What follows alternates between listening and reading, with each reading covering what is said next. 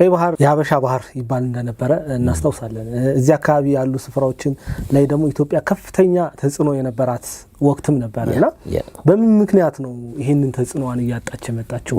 ይሄ ጥሩ ጥያቄ ነው። እንግዲህ ሴንቸሪዎች ሁሉ ይፈጃሉ፣ ብዙ አመታት ይፈጃሉ። ከኋላው ብንጀምር ኢትዮጵያ ለቀይ ባህር አዲስ አይደለችም፣ ሁልጊዜ ነበረች፣ ቤታችን ነው። ይሄንን ስንል ምንድነው የቀይ ባህር የምንለው ራሱ ኢትዮጵያ ዋነኛ ተጠቃሚ ኢትዮጵያ መርከቦች ለንግድና ኮሜርስ የምንጠቀምባቸው መርከቦች የሚንቀሳቀሱበት ኤሪያ ነው። ላይ ድረስ ከዚህ ደግሞ ፐርሺያን ገልፍ ድረስ ኢንዲያ ድረስ ኢንዲያን ሳብኮንቲነንት ታች ገልፍ ኦፍ አደን ሬድ ሲ ብቻ አይደለም ማለት ነው ቀይ ባህር። ይሄ በሙሉ የኛ አሻራ አለበት። ሌላው ለምሳሌ ለአብነት ያህል ሮማን ኢምፓየር ከግሪክ ኢምፓየሮች ጋር ሁሉ ኮንታክት ነበረን፣ ትሬድ እና ኮሜርስ እናደርግ ነበር፣ ንግድ ልውውጥ ነበረን። ማስረጃው ምንድነው? ኢትዮጵያ ሳንቲሞች ይገኛሉ እነዚህ ሀገራት የአክሱም ጊዜ የነበረው ሳንቲሞች የዛና እነዚህ መጻጽሉ አለ አይደለም፣ የራሱ ማስረጃ ነው፣ ዝም ብሎ የመጣ ነገር አይደለም። ስለዚህ አገራችን ነው፣ ቤታችን ነው። ውሃው በእኛ ስርም የነበረ ነው። ፖርቶች ነበሩ፣ በሚገባ ነበሩ። አዱሊስ በለው ዜላ በለው ብዙ ፖርቶች አሉ እኛ በጊዜው የነበረው የምንጠቀምባቸው፣ አሁን በተለያዩ ሀገራት ስር ያሉ ማለት ነው።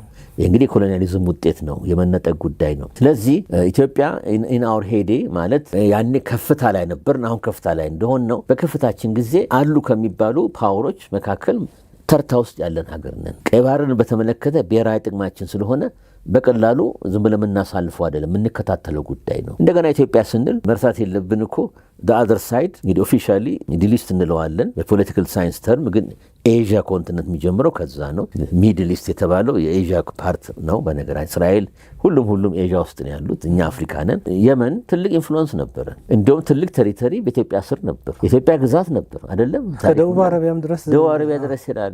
የሀድራሙት ሙካላ ምናምን ህዝቡ ራሱ እንደና እንዳንተ ጠይም የሆነ አሁንም ብታይ እኮ በቴክኖሎጂ በምን ስታይ ኢትዮጵያዊ ነው የሚመስሉት። እነሱም ራሳቸው አፊኒቲ አለ።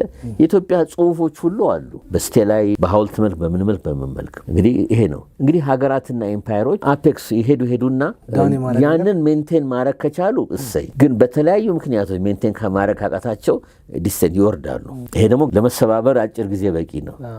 ያን ግን ቢልድ አፕ ለማድረግ ሴንቸሪዎች ይፈጃል። ኢትዮጵያ ቁልቁለቱን ጀመረች። ቁልቁለቱን ስንጀምር አብዛኛው ምክንያት ከራስም ይጀምራል፣ ከውስጣዊ ሁኔታ ውስጣዊ ሁኔታ ያለው ፖለቲካል ስታቢሊቲ ያለው ሰላም ምን ይመስላል የሚለው እርስ በርስ ሽኩቻ፣ መተናነቅ፣ ይሄ ሁሉ ለውጭም ጥቃትም ያዳርጋል። አንድን ሀገር የራስንም ስልጣንና ኃይል ማጣት ያደርሳልና ብዙ ታሪኮች ተዋግተና ብዙ አልፈናል፣ የመርሳት የለብንም። ወደ ቅርቡ ዓመታት እንኳን 400-500 ስንመጣ እስከ 900 ስንሄድ ኦቶማን ቱርኮች እነሱ ደግሞ በተራቸው እያደጉ መጣ ኃይላቸው። ይሄ አሁን ኢየሩሳሌም በሙሉ ፍልስጤም የሚባለው አሁን ሲሪያ የምንለው ሌባኖን ለቫንት እንለዋለን። ጂኦግራፊካል ኤሪያ ነው ለቫንት ነው የሚባለው። ይሄም ባዝራ ላይ ፍረተስና ቲግሪስ ይሄም በሙሉ እስከ ኮስኮሱን ተከትለው ሁሉ እስከኛ ቀይ ባህር ድረስ እስከ ምጽዋ ድረስ ቱርኮች ኦቶማን ቱርኮች ተንቀሳቅሰዋል። ስለዚህ ሀገሮች ሲያድጉ አደጉ ማለት ነው፣ ይስፋፋሉ። ሲጠቡ ደግሞ ሲያጡ ያጣሉ። ቱርኮች ባይ ዘ ሴም ሎጂክ ደግሞ እንደገና አውሮፓ ከበርሊን ኮንግረስ በኋላ እኛ ምንን ይመለከታል ይሄን አካባቢ እንግሊዝ፣ ፈረንሳይና ጣሊያን ተሰጥቷቸው ከመቆጣጠራቸው በፊት ከቱርክ ጋር ሁሉ ፍትጊያ ነበረ። ቱርኮች ብዙ ያጡት ነገር አለ። ለምሳሌ ኢራክና ሲሪያን አጥተዋል። የቱርክ ግዛቶች ፕሮቪንሶች ነበሩ እንደሚባሉት፣ ሲከፋፈሉ ወስደውታል። እንግሊዝና ፈረንሳይ ተከፋፈሉ። ሌባኖንን ፈረንሳይ ወሰደች። ይሄን መርሳት የለብንም። ኢራክም እንደዛው ተወሰደ። ወደ ታች ስንመጣ ደግሞ ጆርዳን የሚባለው እንግሊዝ ወሰደች። ድሮ ትራንስ ጆርዳን ነው የሚባለው። እንዲያርገው ቆራርሶ እንደ ዳቦ መውሰድ ሁኔታ ሁሉ ታያለህና ይሄ ለምሳሌ ያመጣሁት ምንድነው እኛም ቀይ ባህር የነበረው ኢንፍሉዌንሳችን ዝቅ ያለ መጣ ለማለት። ነገር ግን ዝቅ ቢልም አውትሌት ቱ ደሲ ነበረን። ይሄ ዴስቲኒያችን የተዘጋው ማለት እንችላለን። በበርሊን ኮንግረስ ኮንሲኮንስ የተነሳ ጣሊያን ኢትዮጵያ ለጣሊያን የተሰጠችው መጥቶ ኮስቱን መያዝ ጀመሩ። ኦፊሻሊ 1891 እንደ አውሮፓ አቆጣጠር ነው እንግዲህ ለመጀመሪያ ጊዜ አንድ ኦፊሻሊ ካርቫውት ያደርጉትን ኮሎኒ እኛ ባህረ ነጋሽ የምንለውን ባህር ምድሪን መሰል የሚባለው በትግርኛ አላቅም፣ ግን እሷን ቴሪቶሪ ራስ አሉላ ነበር የሚያስተዳድሩት። መጨረሻ ላይ ከኛ ነጥቀው ወስደው ምጽዋ ላይ አስተዳደር ጀመሩ። ፐርፐስሊ የነሱ ኢንጂነሮች ኮስቱን ስለሚፈልጉ ልክ እንደ እንጀራ ከፈፍ ልበል እንዲወርዶ ታች ድረስ 1000 በላይ ኪሎ ሜትር እኮ ነው። ከታች አሰብ ድረስ ወረደ። ከራስ ዱሜራ ጀምሮ ያለው እኛን መቅፈፍ ነው። ለምን ዓላማው እኛን ዙሌት ለማድረግ ነው። እስከ ራስ ዱሜራ ድረስ ከራስ ካሳር እስከ ራስ ዱሜራ ድረስ ይመጣል። ይህ የሚያሳይ ምንድን ነው? ኢትዮጵያን አይዞሌት ለመለየት ነው። እኛም ያኔ ደከም ባልንበት ጊዜ እንደዛ ሆኗል። ያው ባትል ኦፍ አድዋ አለ፣ ውጤቱ አለ። አስተዳደር አቋቋሙ፣ ስም እንስጣሉ፣ መሰየም አለበት። ልጅ ስትወልድ መቼም ታውቃለህ ስም ይሰጣል። ሚስተር ኤክስ ነምበር 1 ነምበር 2 አይባልም። ከበደ በቀለ ከሌ ከሌ ይባላል። እና ኤርትራ የሚለውን ስም ራሱ መርጠው ነው እነሱ። የጣሊያን በጊዜ የነበረው አስተዳደር ኤሪትሪዮስ፣ ምክንያቱም ኤሪትሪዮስ ማለት ሬድ ሲ ማለት ነው በግሪክኛ። ውሃው ራሱ ከላይ እስከታች ባብል መንደብ ላይ ሬድ ሲ ያቆማል። ኤሪትሪያ ነው የሚባለው። ስለዚህ ምርጫ ሲያደርጉ ስም ነው የሰጡት፣ እንደ ባፕቲዝም እንደ ክርስትና ስም። ይህን ቴሪቶሪ በካቢኔ ደረጃ ጣሊያኖች ተነጋግረዋል። ፓርላማው ላይ ቀርቦ ነበረ። እንደውም ሌላ ቦታም ብየዋለሁ። ሳባ አንዱ ተፎካካሪ ስም ነበር። ሳባ እንበለው። ለምን ኪንግ ኦፍ ሌጀንደሪ ኩዊን ኦፍ ሺባ የአካባቢው ንግስት የነበረች እስከ ሶሎሞን ድረስ ቢብሊካል የሆነ ስንት ሺህ ዓመት ይሄዳል ስለሚባል፣ ስለዚህ ያኔ ሳባ ብለው ቢወስኑ ኖሮ አሁን ኢትዮጵያ ከሰሜን ያለው ሀገር ሳባ፣ ፕሬዚደንት ኢሳያስ አፈወርቂ የሳባው ፕሬዚደንት እያል ነበር የምናወራው። ኢሳ ሲምፕል አስታት ኢትዮጵያና ሳባ ተዋክተው ነበር የምንለው በባድመ ኦፍኮርስ እያልን ነበር ልናወራ የምንችለው የሳባ ፕሬዚደንት እያልን ነበር እና ሲምፕል አስ። ስለዚህ አንዳንዴ ለዚህ ነው እኛ ኢትዮጵያኖች ኢቨን በሞራል ደረጃ ልክ እዚህ ፒፕል ፕሬዘንት ሲያደርጉ ኤርትራ የሚባል ሀገር ለስንት ሺህ ዓመት ያለ አድርገው ነው የሚያወሩት። አይደለም ከ1890 በኋላ አለው አለ። ከዛና በፊት ግን የለም። ማስረጃውን ያንጡ። የለም ባህረ ነጋሽ ነው የሚባለው። ይሄ ነው። ለዚህ ነው የኛ ግዛት ነው የምንለው። ይሄ ነው። ወደ ኋላ እንመለስ ለማለት አይደለም። የሆነው ሆኗል። ኤርትራ ተወልዳለች። ጎረቤት ሀገር ነን። ችግሮች አሉ፣ መፍታት አለብን እንጂ እንዋጥ እንዲህ ወደ ኋላ እንደ ጥንቱ ሰርዝ እንመለስ አይደለም። ለምን እሱም ሌላ ጥያቄ ይዘው ሊሆን ይችላል። ራሱን የቻለ ብዙ እንትን ውስጥ እንገባ መውይይቱ ልንገባ እንችላለን። ግን ከጠየቀኝ መውጣት አልፈልግም። ትክክልም አይሆንም። ተጠየቀኝ ምላሽ ግን ያ የተነሳ ኢትዮጵያን ከባህሩ አራቁን በ60 ኪሎ ሜትር ነው፣ በ500 አይደለም። 60 ኪሎ ሜትር የሚያሳይ ምን ያህል ኢንትሪግ እንዳለ ያሳያል። እና ኤርትራ ማፈጣጠር ይሄን ይመስላል። ስሙ ላይ በነገራችን ላይ ኤርትራ ብለው መረጡ። ይሄ ኤርትራ ተባለ። በቃ ፉል ስቶፕ ይኸው ነው። እንደውም ርዕሰ ከተማው ምጽዋ ነበር። እየሞቃቸው ስለተቸገሩ ወደ ላይ ወደ አስመራ ለወጡት። አስመራ የሚያበበችው ያደገችው በዛ የተነሳ ነው። ካፒታል ሲቲውን ወደዛ ወደ ላይ ወደ ሃይላንዱ አወጡት ማለት ነው። ሲጀመር ምጽዋ ነበር። የግብጾች ኢምፓክት እዚህ ላይ ማውሳት እንችላለን። የግብጾች ኢምፓክት እነሱ ደግሞ በአባይ ነው እንደ ብሔራዊ ጥቅማቸው ነምበር 1 ኢሹ አድርገው የመጡት የአባይን ውሃ መቆጣጠር ነው። የአባይን ውሃ መቆጣጠር ስን ሶርሱን ነው ምንጩ የት ነው የሚለው ነው። ጥረቶች አድርገዋል። ያው ብዙ ተጋይተናል። ጉንዲትና ጉራን ነው የምናነሳው። ለምን ግዙፍና ትላልቅ ስለነበሩ በ1875 1876 ተዋግተናል።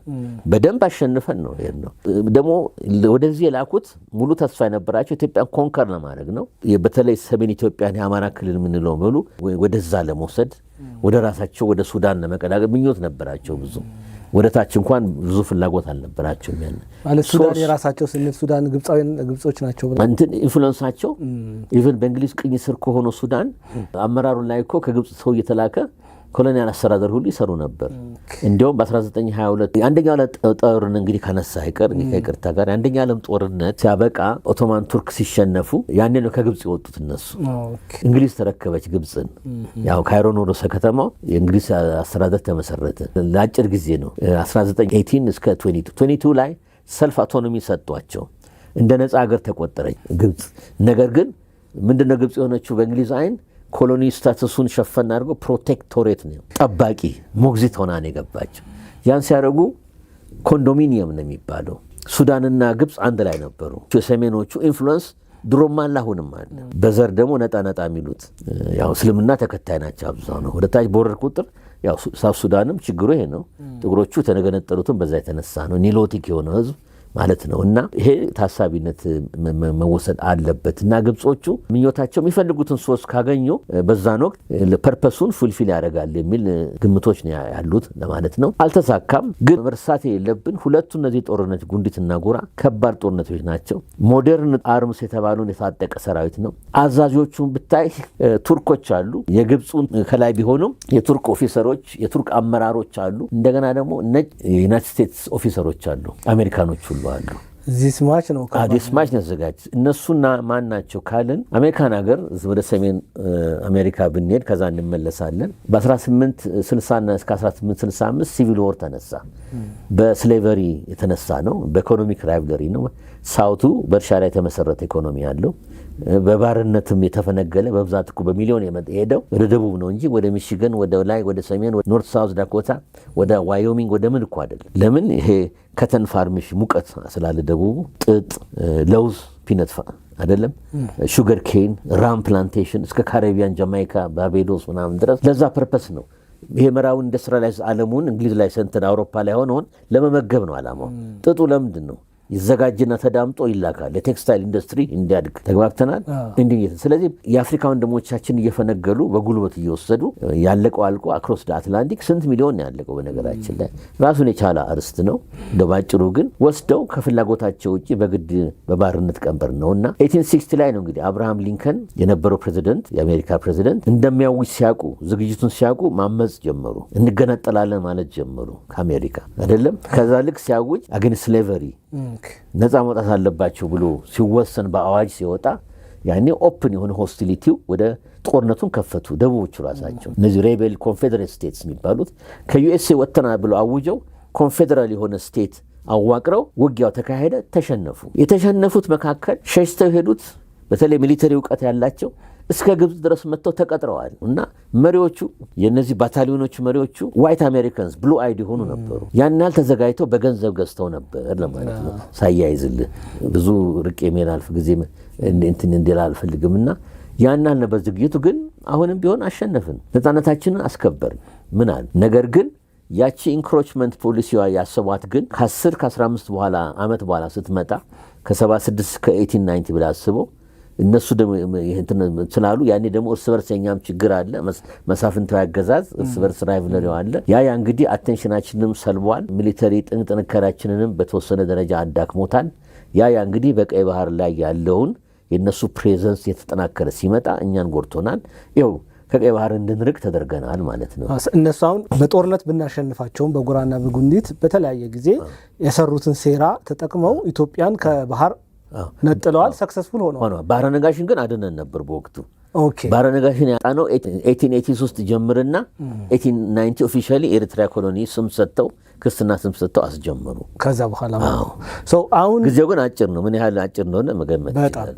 አሁን ማንሳት እንፈልገው ነገር ምንድነው? ከዚህኛው ምንድነው መማር ያለብን ነው ማለት ኢትዮጵያውያኖች ምን መማር አለባቸው? ቢኮዝ በጦርነት አልተቻለም፣ አሸንፈናል። ግን በሴራ ሁልጊዜ ተበልጠን ብዙ ነገሮቻችንን ሉዝ እያደረግን ነው። ትናንትና 7 ወደቦች የነበሩን ሀገር ዛሬ ምንም የለንም እና ምንድነው መማር ያለብን? አሁንም ጠቅላይ ሚኒስትር ዶክተር አብይ አህመድ ባህር እየጠየቁ ብዙ ሰዎች የማይደግፉ አሉት እና ከዚህ አንጻር ምን መማር? ጥሩ ጥያቄ ነው። እንግዲህ የአንድ ሀገር ደህንነት፣ የአንድ ሀገር ገናና መሆን፣ የአንድ ሀገር ጥንካሬ ዶሜስቲክ ሁኔታዎች ይወስኑታል። ኦፍኮርስ ኤክስተርናል ፋክተሮችም ይኖራሉ፣ ግን ዋናው ዶሜስቲክ ውስጣዊ ነው። የኛ ችግር በኢትዮጵያም ታሪክ እንደምናየው ውስጥ ለውስጥ መተሻሸት አላረለ ፓወር ላይ ፎከስ ያደረገ ትግል ማድረግ ይሄ ጎድቶናል ነው ምለው። ለምን ብዙ ኤነርጂያችንን ያጠፋ ነው የውጭውን ኃይል ማስቀረት ሳይሆን በእርስ በርስ ታውቃለህ። ከዘመነ መሳፍንት ራሱ ብዙ አፄ ቴዎድሮስ እሳቸው በጉልበት ነው ኢትዮጵያን በጊዜው እንደገና የመለሷት። ከዛም በኋላ አፄ ዮሐንስም በዚህ ማህዲ በዚህ ምን እያሉ ሲሉ ተገለው ህይወታቸውን የሰጡት ግን ጉንዲትና ጎራ ላይ ትልቅ አስተዋጽኦ አድርገዋል። ይህን መርሳት የለብንም እና ይሄን የጎዳን። ስለዚህ ለአንድ ሀገር ከአሁኑ ጋር ስናገናኝ ኢትዮጵያ እንድንሆን ከፈለግን ምን ያስፈልገናል? ህብረት ምን ያመጣል? ጥንካሬን፣ መተማመን፣ በሚለያዩን ጉዳዮች ላይ ማተኮር ሳይሆን በጋራ ጉዳይ ላይ ማተኮር። ብዙ እኮ ጉዳይ አለን። ብዙ ልዩነታችን እኮ ብዙ አይደለም። በመልክ፣ በዘር፣ በሃይማኖቱ፣ በምኑ፣ በመዋለዱ፣ በምኑ አለ አይደለ? እሱ ላይ ኮመን ፖይንት ላይ አተ ሚኒማልም ከዛም በላይ አብረን መቆምና አብረን ስንሆን ውስጣዊ ችግራችንን ደግሞ ይዳፈን ይታመቅ ሳይሆን ስለሚያስቸግር እሱን እየተፈታ ውስጣዊውን ጥንካሬ ያደረግን መንቀሳቀስ ነው። አንድ ሁለተኛ ሀገራት ሀገር ሆኖ ሊቀጥሉ የሚችሉት የተወሰነ ደረጃ ዲግሪ ኦፍ ኢኮኖሚክ ዳይናሚዝም ሲኖር ነው። ውስጥ ኢኮኖሚክ ዳይናሚዝም ሲኖር ኢንዱስትሪያላይዜሽን ያመጣል። አሁን ኢትዮጵያ ያን ለማድረግ ያቃተን እኛ ብዙ ጊዜ ለምንድን ነው ያቃተን? ምክንያቱም ብዙ አፍሪካ ሀገሮች አትሊስት ቤዚክ ፋክተሪ አሁን ኤርትራ የሚገኙት ፋብሪካ እኮ ኤርትራ ህዝብ አስቦ ራሱ ተክሎ አይደለም የተከለው፣ ኮሎኒያሉ ነው። ማስተር ካንትሪው ነው፣ ጣሊያኖች ናቸው። ዛምቢያ ብትሄድ፣ ዚምባብዌ ብትሄድ ሮዴዣ አፍሪካን ትመግባለች ነው የሚባለው። የእርሻው መስፋፋት ነጮቹ ናቸው ኮሎኒያሊስቶቹ። አስተዳደሩና ከአውሮፓ የመጣው በመሬት ጥበትና በፍላጎት አድቬንቸር በለውን ብሎ የመጣው ነው። አንጎላ፣ ሞዛምቢክ ብትሄድ ያገኙት እኮ እድገት የነጩ የሴትልመንት ዋይት ፖፑሌሽኑ ጥቂት ፐርሰንት የሆኑ ነገር ግን ሁሉን የሚቆጣጠሩ ኢኮኖሚኩንም ካልቸሩንም ፖለቲካውንም ኮሎኒያል አስተዳደሩም ስለሚደግፋቸው መብታቸውን ያስጠብቅላቸዋል። አርጩሜምና ግርፊያም መግረፊያም ካስፈለገ ማለት ወታደር ያስገብራል አይደለም። ይሄ ነው። እኛ ግን ነፃነታችንን አድነናል። ነገር ግን እዛው ነው የምንዳክረው በድህነት።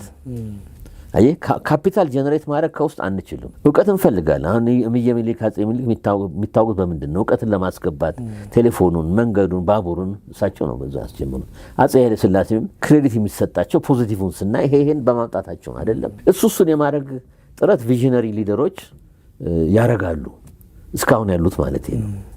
ያን ግን ወይ በዶኔሽን ካልሆነ በመጽዋት ካልሆነ የገንዘብ አቅሙም ትንሽ ነው። ገንዘቡም ሲሰበሰብ በምንድን ነው? ያው ከነበረው አካባቢ ፊውዳል ስርዓት ነው አላረለ ለገብር እየተባለ በግብር መልክ ነው ወደ ንጉሠ ነገሥቱ የሚሄደውና ያ ብዙ ነገር ጥቂት መድፍ ይገዛል ይሆናል እንጂ ከዛ በላይ ኢንዱስትሪ ምናምን ሊገዛል አልቻለም። እንደገና ደግሞ ኢትዮጵያ ውስጥ መረጋጋት ከሌለ በወቅቱ የትኛው ኢንቨስተር ነው ወዲህ የሚመጣው? የጣሊያን የፈረንሳይና የእንግሊዝ በጊዜው የነበሩት ባለሀብቶች ማለት ነው ይሰጋሉ።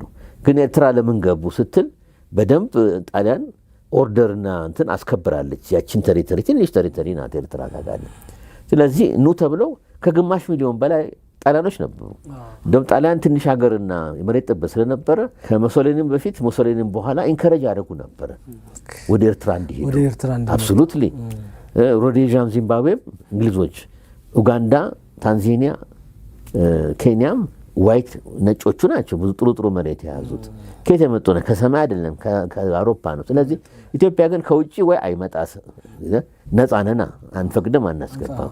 ይሄ የውስጣዊ ኢኮኖሚክ ፖለቲካል ኢንስታቢሊቲ ካልቸራችንም ደግሞ ለፎሬነር ተጠራጣሪ ነን።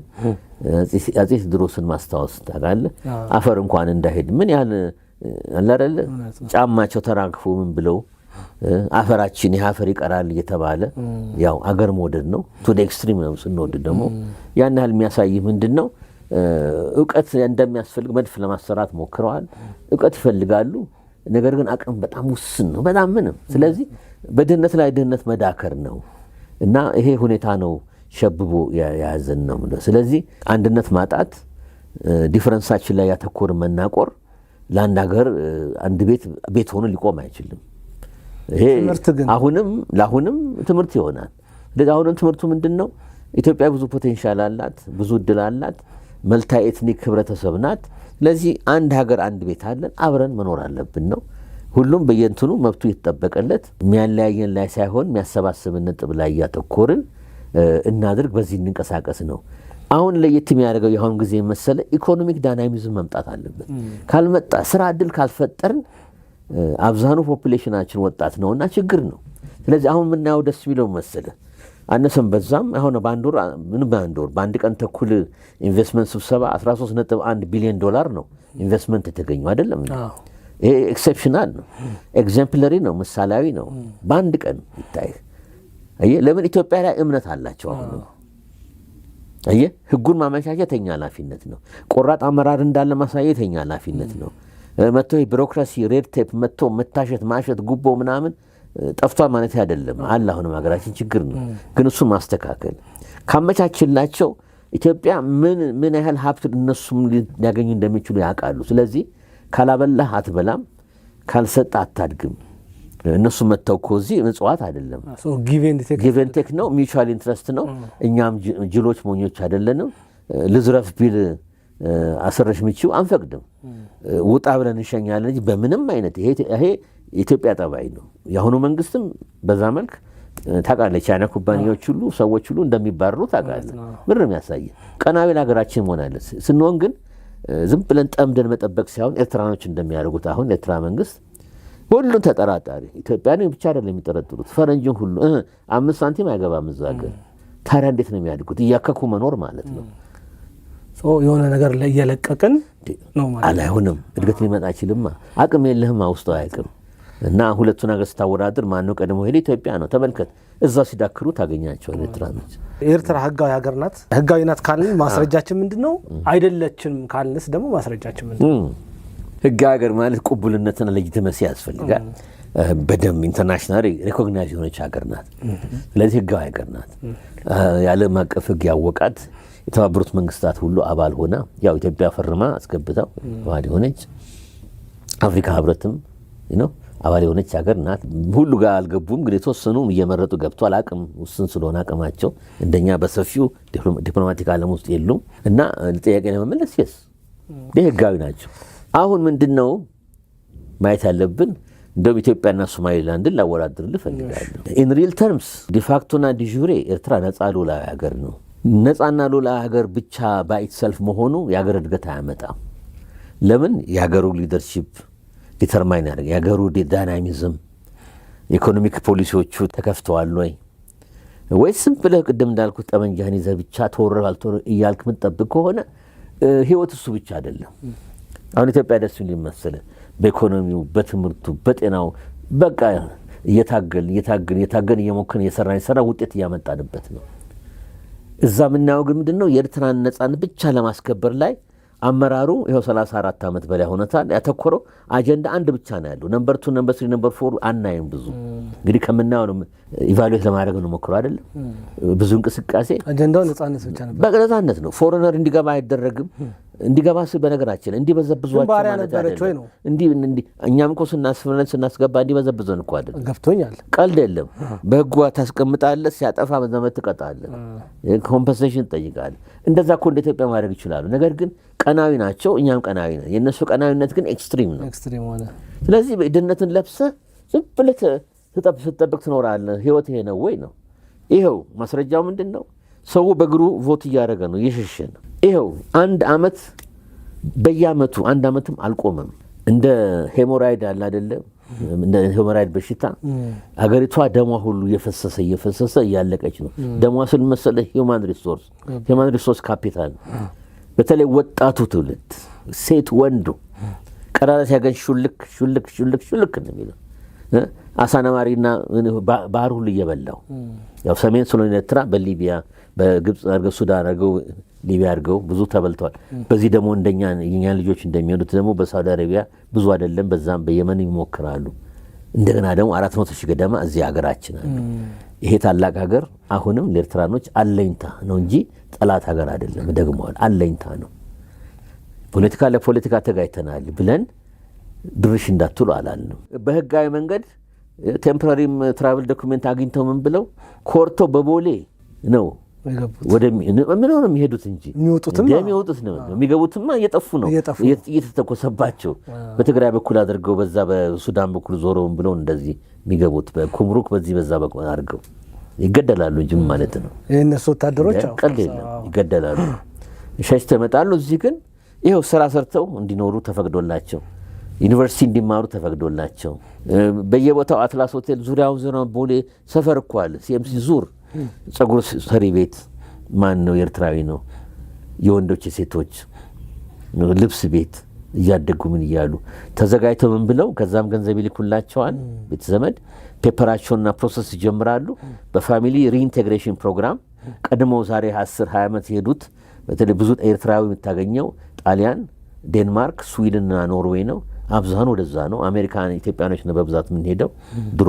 እነሱ ግን ወዲህ ናቸው እና ኮርተው በቦሌ ተሳፍረው ቲኬት ቆርጠው ይሄዳሉ። ያን የሚያደርግ ውለታ ህዝብ ነው። ኢትዮጵያ ህዝብ ወንድም ህዝብ ማለት ይሄ ነው። እስቲ አስበው፣ የትኛው ኢትዮጵያዊ ነው ኤርትራ ሄዶ የሚስተናገደው? የፖለቲካ ተቋሚ ድርጅት አባልና ሰው ካልሆነ እሱም ለአፍራሽነት ነው ማለት ነው።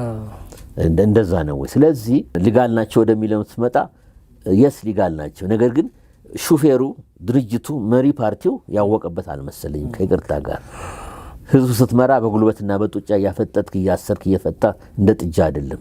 ህዝብን እያከበርክ ያ ሁሉ ደም ያፈሰሰ ከህዝብ ነው አይደለም። ልጁን 4-5 ልጅ ገብሮ አሁን ሰሜን ኢትዮጵያኛ ምን እንደምናየው ችግሩ ይሄ ነው። ህዝቡን የማያከብር መንግስት ከሆነ ይሄ ነው ችግሩ። የማይፈታ መንግስት ከሆነ እዛው ሲዳክሩ ይኖራሉ እና ይሄ ነው በአንጻሩ ግን።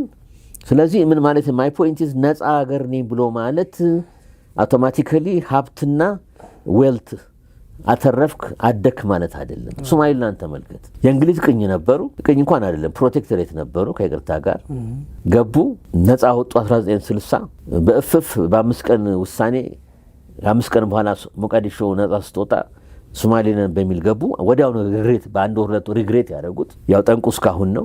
አሁን ሶማሊላንድ ስታይ ከዛሬ 1991 ጀምሮ ራሳቸውን ችሎ ነፃ ሀገር ናቸው። ነፃ ምርጫ አለ፣ ህገ መንግስት አለ፣ ፕሬዚደንሻል ምርጫ አለ። ያጋጣሚም ነበርኩ በደንብ ለማየት እድል ለማስተማር ሄጄ አይቻለሁ። የሚገርም ኢኮኖሚ ያላቸው አንድ ስልክ ኩባንያ አይደለም 3 ስልክ ኩባንያ ያላቸው 4 ኤሌክትሪክ ኩባንያ ያላቸው ህዝቡ እየመረጠ ነው የሚለው። ኢኮኖሚክ ዳይናሚዝሙን አስበው።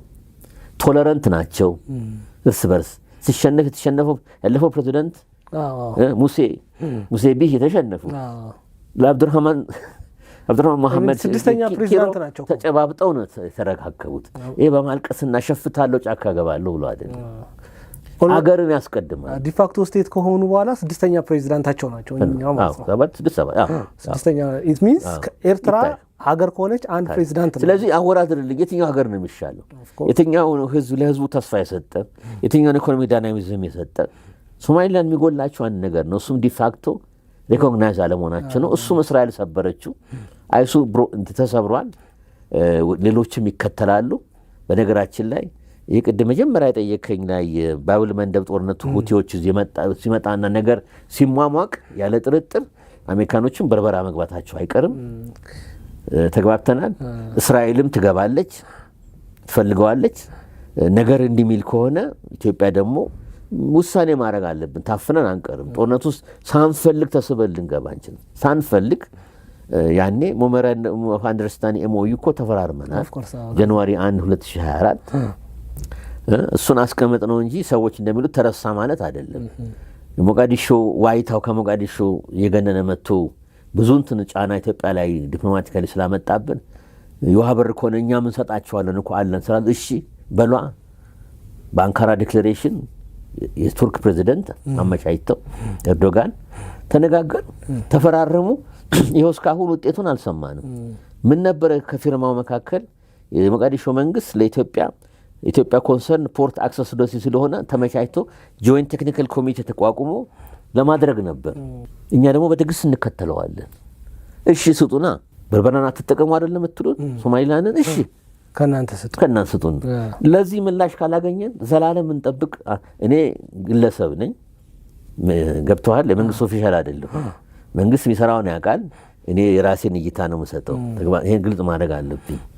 እና መንግስት የሚሰራውን ወደፊት ይሰራል እንጂ ተረሳ ማለት አይደለም። ነገሩ ሞተ ማለት አይደለም። ምክንያቱም ኢትዮጵያን አስቀደመ የፎረን ፖሊሲ እና ዲፕሎማሲ ስትራቴጂ ነው የምናካሄደው እኛ። ሁሉም ለጥቅሙ ነው። ለኢትዮጵያ የሚያስብና የሚቆረቆር እኛ ኢትዮጵያኖች እንጂ ሌላ ውጭ ሊሆን አይችልም። አሜሪካም እስራኤልም ማንም አይደለም። ሁሉ የራሱ ጥቅም አለው። ኤርትራንም አይደለም። ኤርትራኖች ራሳቸው ነው ከኛ በላይ ለጥቅማቸው የሚያውቁት አይደለም። እኛም ያ ነውና በዛ መልክ ነውና ሁለቱን ሀገር ሶማሊላንድ ላንተ ለመለስ የለሰጥህ ነው ሶማሊላንድ እና ኤርትራን ስናይ። ስለዚህ ዋስ ደ ዩዝ ኦፍ ፍሪደም ትላለህ አንዳንዴ። ምንድን ነው ነፃ ነኝ ብለህ ባንዲራ ማውጣትና ማውረድ ብቻ አይደለም ህይወት። ከዛም ይሻላል። ዳቦ መስጠት አለብህ፣ ትምህርት ቤት መስጠት አለብህ፣ መክፈት አለብህ። የህዝቡ ነፃነት ፕሬስ ፍሪደም እንኳን የለም ኤርትራ ለምሳሌ። ኢቨን ከኢትዮጵያ ጋር ኮንፌዴሬሽንም በነበርንበት ሰዓት የኤርትራ ፒፕል የተሻለ ነበረ። በጃንሆይ ጊዜ ፌዴሬሽን ነበረ። በፌዴሬሽን ጊዜ እኛ የተሻለ ነበር። እኔ በጣም ብዙ ነፃነቱ የተሻለ ብዙ ብዙ ጽሁፎች እየወጡ ነው። ብዙ የነበሩ ሰዎችን ቴስቲመኒ እየሰጡ ነው። እውነቱን ለመናገር በደንብ እንጂ እንዴ ሳይለዩ ስንት ሚኒስትሮች በርካታ ኤርትራኖች ናቸው። በርካታ አምባሳደሮች ኤርትራኖች ናቸው። ብዙ ኤርትራኖች በማስኮላርሺፕ ነው የተማሩት። ኢትዮጵያውያንን ብለው ኢትዮጵያ ፓስፖርት ይዘው በአስመራ ለዛ ቦሌ የወጡ ናቸው። የእኛን ፓስፖርት ኢትዮጵያን ይዘው ነው። ያን ያህል ነው እንጂ አንተ ኤርትራን አትወጣም፣ ያንተ ወንድሞች ጀብሃና ሻዕቢያ ብለው ይወጉን ነው እንዳትወጣ አልተባሉ። በእምነት ወንድሞቻችን ናቸው። አትጫኗቸው፣ ይማሩ። ይሄ የባድመ ጦርነት እስኪጀመር ድረስ አዲስ አበባ ዩኒቨርሲቲ ብዙ የኤርትራ ተማሪዎች ነበሩኝ። ብዙ አስተምር ነበር።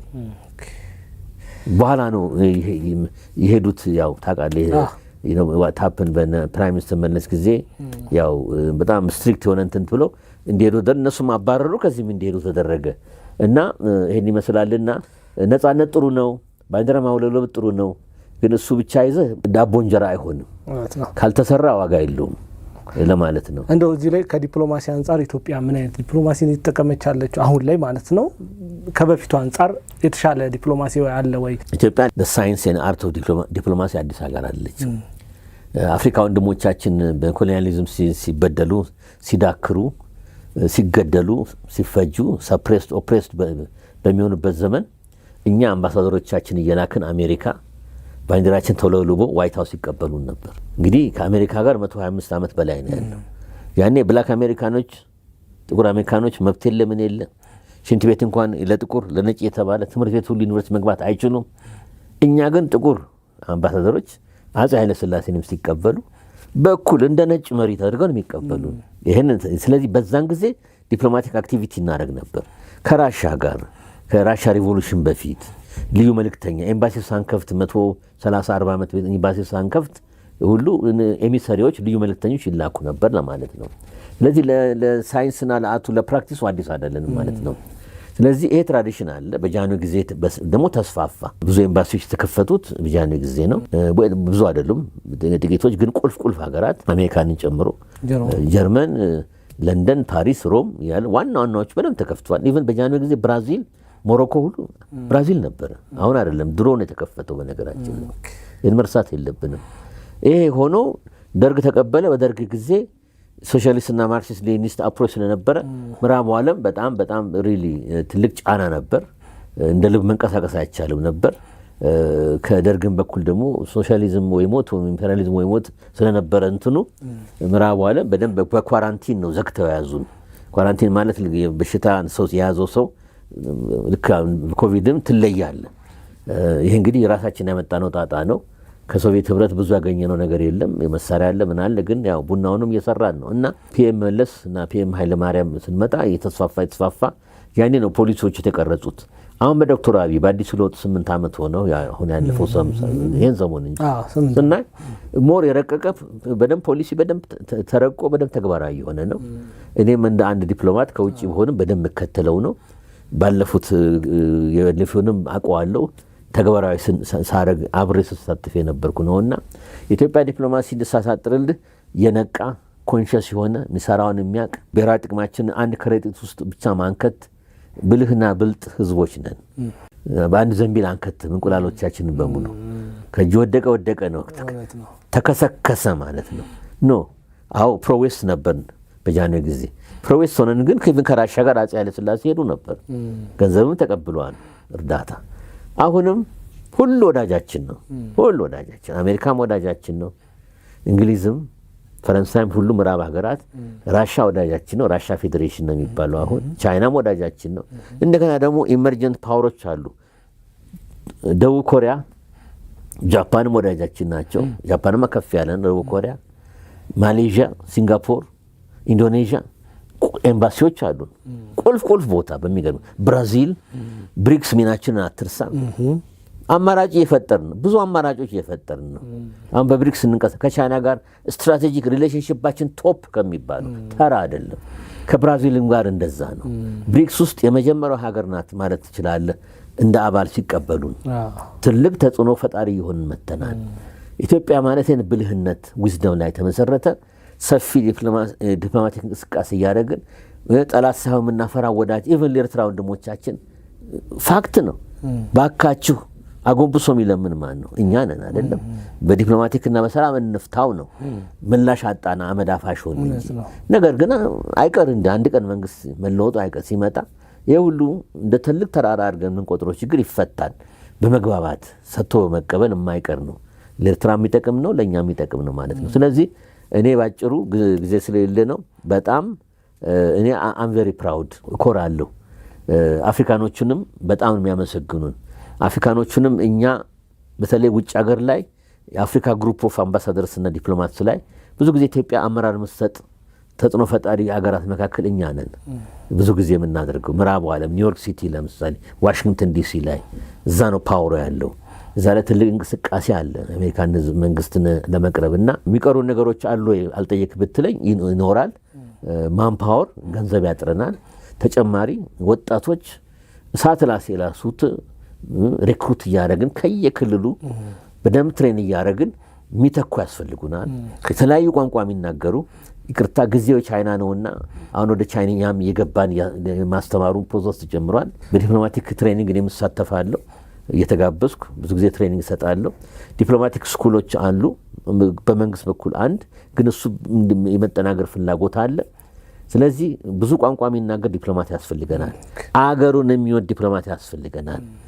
ሄዶ ጨርቅ ለመግዛትና አንዳንድ ነገር ለማድረግ ሳይሆን ሽርሽር አይደለም። አገር ጉዳይ አገር ነውና ብሔራዊ ጥቅምን ፕሮሞት ማድረግ፣ አድቫንስ ማድረግ፣ ዴቨሎፕ ማድረግ፣ ለኢትዮጵያ ጥቅም መሟሟት ያስፈልጋል። ይህንን ካልቸር ማስቀጠል አለብን። በተለይ ለወጣቶቹ የሰው ኃይል እጥረት እንዳይመጣ ከስር ከስር መሰራት አለበት። የገንዘብ አቅም ደግሞ ከሀገራችን ኢኮኖሚክ እድገት ጋር የተያያዘ ነውና በዛ መልክ ሞር ባጀት መመደብ አለበት ባይ ነኝ።